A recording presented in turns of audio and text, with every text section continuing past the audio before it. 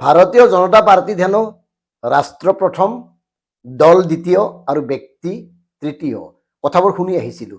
হয়তো ভাৰতীয় জনতা পাৰ্টীৰ বৰ্তমানৰ নেতাসকলে এই কথাটো পাহৰিছে আৰু সেইকাৰণে আমি ডিকে বিভেক্টে মনত কৰি দিবলৈ আহিছোঁ। এই যে আপোনালোকে কৈছিলে দেশ প্ৰথম, ব্যক্তি তৃতীয়, দল দ্বিতীয়, কি হ'ল? এতিয়া দেখোন ব্যক্তিবিলাককহে আপোনালোকে গুৰুত্ব দি আছে। দেশ ক'ত গ'ল, জাতি ক'ত গ'ল বাদ দিয়ক না, প্ৰথম কথাটো হ'ল ব্যক্তিসকল সন্তুষ্ট কৰিব লাগে। এই কাৰবাৰবোৰে চলি আছে দেখোন। আৰু যে কৈছিল না খাওঁগা না খালে দুংগা, এতিয়া খোৱাবিলাককেই দেখোন আপোনালোকে আদৰি আনি আছে। মানে কি এই কথাবোৰ কেৱল ক'বৰ কাৰণেহে নেকি? এই যে নীতি আদৰ্শৰ কথাবোৰ কোৱা হৈছিল ভাৰতীয় জনতা পাৰ্টীয়ে, এই কথাবোৰ আচলতে ক'বৰ কাৰণে নেকি? মানুহক মূৰ্খ সজাবৰ কাৰণে নেকি?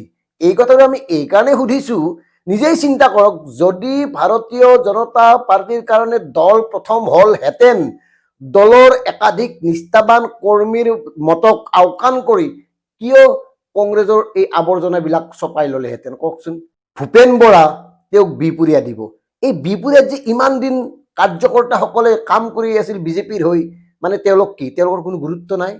এই যে প্ৰদ্যুৎ বৰদলৈ আহিল, প্ৰদ্যুৎ বৰদলৈ এটা ৰাতিত বিজেপিত যোগদান কৰি প্ৰাৰ্থিত্ব পাব, এয়া কেনেকৈ হ'ব কওকচোন? এয়া ব্যক্তি তুষ্টিকৰণ নহয়নে? এই তুষ্টিকৰণ কিহৰ কাৰণে কৰিবলগীয়া হৈছে? প্ৰদ্যুৎ বৰদলৈ এনেকুৱা কি এটা সাংঘাতিক নেতা, ভাৰতীয় জনতা পাৰ্টীৰ লগত সুদীৰ্ঘ দিনৰ পৰা জড়িত থকা কাৰ্যকৰ্তাসকলক বিমুখ কৰি তেওঁ কোনোবা এটা নতুন সমষ্টিত প্ৰাৰ্থিত্ব দিব, কেনেকুৱা কথা এইটো? আৰু এওঁলোকে দেখ কৈ ভাৰতীয় জনতা পাৰ্টীৰ নৈতিকতাত আঘাত কৰিছে। অটল বিহাৰী বাজপেয়ী বা আদৱানীৰ যিটো দৰ্শন আদৰ্শ আছিল, মানৱতাবোধ আছিল, তাক নস্যাৎ কৰিছে। এনেই দেখিবলৈ বিৰাট ভাল, একাংশ ভক্তই নতুনকৈ যিসকল কংগ্ৰেছৰ পৰা আহি বিজেপিত যোগদান কৰিছে তেওঁলোকে বিৰাট ফূৰ্তি কৰিছে, শেষ শেষ শেষ। আচলতে শেষ কোন? কংগ্ৰেছ শেষ নে বিজেপি শেষ? এই কথাটো কিন্তু গুৰুত্বপূৰ্ণ, কাৰণ ভাৰতীয় জনতা পাৰ্টীত এতিয়া কিমান শতাংশ আচল বিজেপি আছে?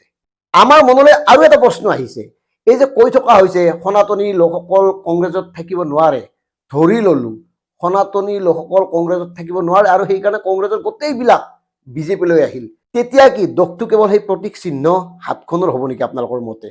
মানে কেনেকে বিজেপিক শেষ কৰা হৈছে নৈতিকভাৱে, এই কথাটো কিন্তু গুৰুত্বপূৰ্ণ।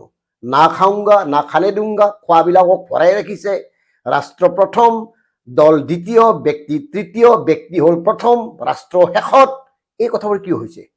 আমি 3 বছৰমান পূৰ্বেই ঘোষণা কৰিছিলোঁ যে 2026ৰ ভিতৰত প্ৰাক্তন কংগ্ৰেছীসকলে সম্পূৰ্ণৰূপে গ্ৰাস কৰিব ভাৰতীয় জনতা পাৰ্টীক, আৰু ভাৰতীয় জনতা পাৰ্টীৰ যিসকল দীৰ্ঘদিনৰ পৰা জড়িত হৈ আছিল তেওঁলোক অৱহেলিত হ'ব লাগিব, তেওঁলোক গুৰুত্বহীন হৈ পৰিব, কিছুমানে দল ত্যাগ কৰিব, কিছুমানে মনে মনে থাকিব, একো উপায় নাথাকিব, আৰু ভাৰতীয়সকলেই দপদপনি অব্যাহত ৰাখিব।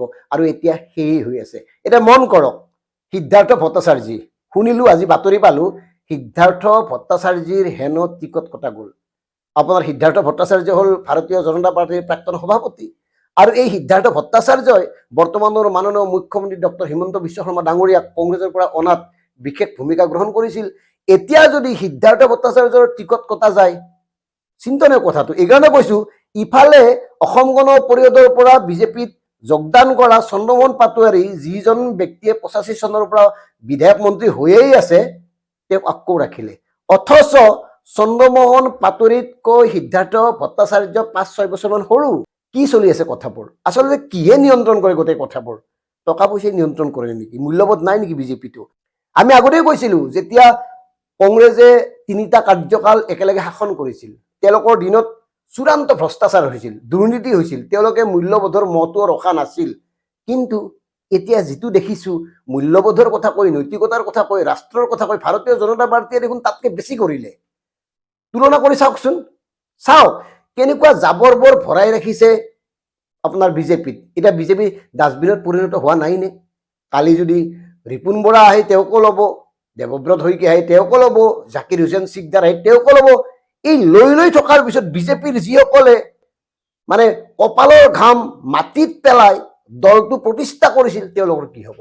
গতিকে সেইকাৰণে মনত কৰি দিছোঁ, আপোনালোকে সততাৰ কথা কৈছিল, নীতিৰ কথা কৈছিল, মানৱতাবোধৰ কথা কৈছিল, আপোনালোকে কৈছিল ৰাষ্ট্ৰ প্ৰথম, আপোনালোকে কৈছিল তাৰপিছত দল, দলৰ পিছতহে ব্যক্তি। এতিয়া ব্যক্তিক ইমান গুৰুত্ব কিয় দিয়া হৈছে?